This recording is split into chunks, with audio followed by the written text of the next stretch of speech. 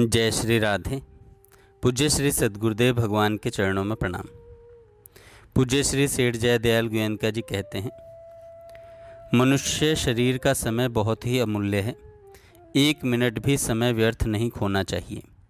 समय को उच्च कोटि के काम में बिताना चाहिए।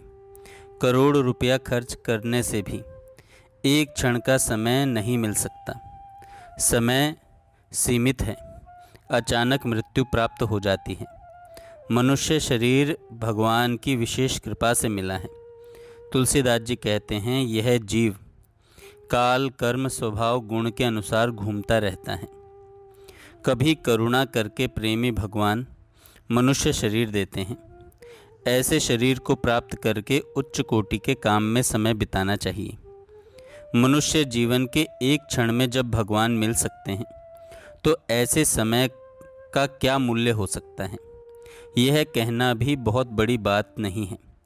श्वासा खाली जात है 3 लोक का मूल। इसलिए जो समय बाकी है वह भगवान के अर्पण कर देना चाहिए। भगवान से यही प्रार्थना करनी चाहिए कि अब हमें अपना लो। देश काल इस कारण से अच्छा है कि परमात्मा की प्राप्ति इस युग में जल्दी होती है। थोड़े समय में काम बन जाता है, क्योंकि कलयुग केवल नाम आधारा। सुमिर सुमिर भव उतरहि पारा। इस युग में भगवान का नाम ही आधार है और हम लोगों का जन्म भारतवर्ष में उत्तम कुल में और उत्तम जाति में हुआ है। इसलिए खूब जोर से भगवान के भजन में लग जाना चाहिए। आशा प्रतीक्षा रखनी चाहिए कि भगवान जल्दी मिलेंगे। जितना ही हमारा विश्वास और प्रसन्नता रहेगी उतनी ही जल्दी भगवान हमें मिलेंगे। जैसे शबरी भगवान के दर्शन के लिए प्रतीक्षा करती थी, ऐसे ही हमें भगवान के भजन में जोर से लगे रहना चाहिए और भगवान की प्रतीक्षा करनी चाहिए। भगवान शीघ्र मिलेंगे, अवश्य मिलेंगे। इस प्रकार समझकर आनंद और प्रेम में मग्न रहना चाहिए। चिंता शोक पास भी नहीं आने दें। हर समय अपने पर भगवान की दया को देख देखकर आनंद में मग्न रहना चाहिए। इस प्रकार भगवान की प्रतीक्षा करें कि आज रात में भगवान आएंगे। आज नहीं मिलें तो पुनः कल प्रतीक्षा करें। भगवान के लिए व्याकुल होकर पुकारें तो भगवान प्रकट हो जाएं।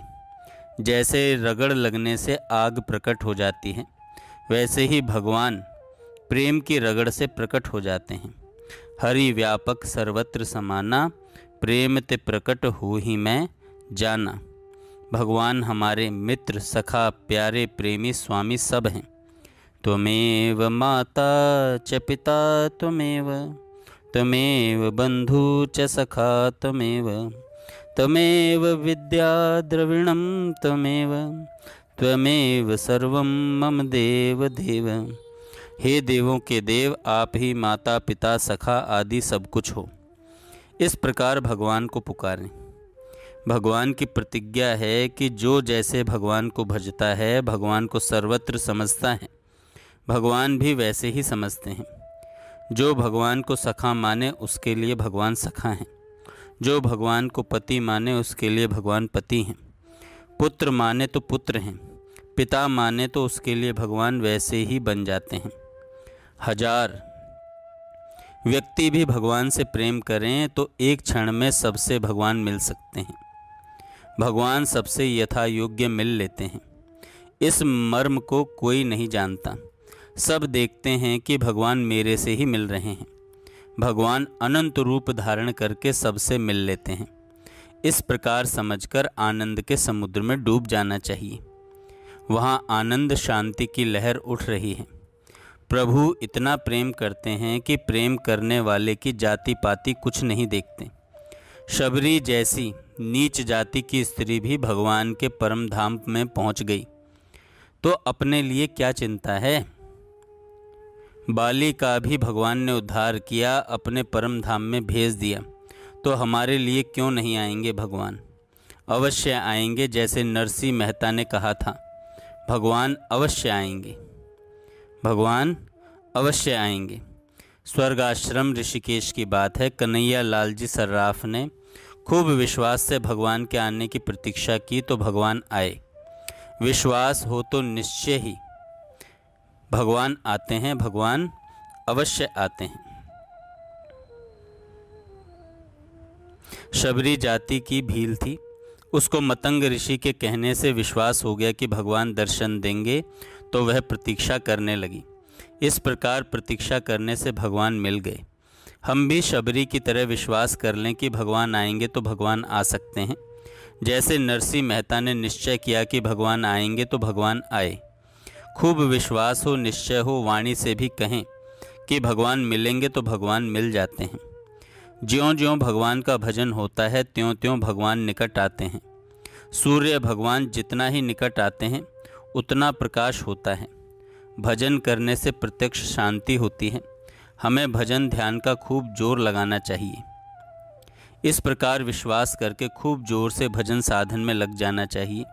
हर समय भजन करना चाहिए, इससे प्रत्यक्ष में शांति मिलेगी। जैसा उत्तम समझें वैसा ही शुरू कर दें। ऐसा मौका फिर नहीं मिलेगा सज्जनों। जिस काम के लिए आप आए हैं उस काम को पूरा करो। सबको नारायण समझकर सबकी सेवा करो। हृदय में भगवान को बैठाओ, नेत्रों में भगवान को बैठाओ, वाणी से भगवान के नाम का जप करो। अभी हम लोग जीते हैं, इतने जीवन में तो भगवान कई बार मिल सकते हैं। एक बार की तो बात ही क्या, भगवान कहते हैं मेरी भक्ति का प्रभाव सुन। यदि कोई अतिशय दुराचारी भी अनन्य भाव से मेरा भक्त हुआ, मेरे को निरंतर भजता है, तो वह साधु ही मानने योग्य है, क्योंकि वह यथार्थ निश्चय वाला है। अर्थात उसने भली प्रकार निश्चय कर लिया है कि परमेश्वर के भजन के समान अन्य कुछ भी नहीं है। इस प्रकार भगवान घोषणा करते हैं और प्रतीक्षा करते हैं। इस प्रकार आश्वासन देते हैं। इस पर भी हम चिंता करें तो मूर्खता ही है। हमें महात्मा बनना चाहिए, महात्मा के कहे अनुसार चलना चाहिए। नारायण नारायण नारायण नारायण।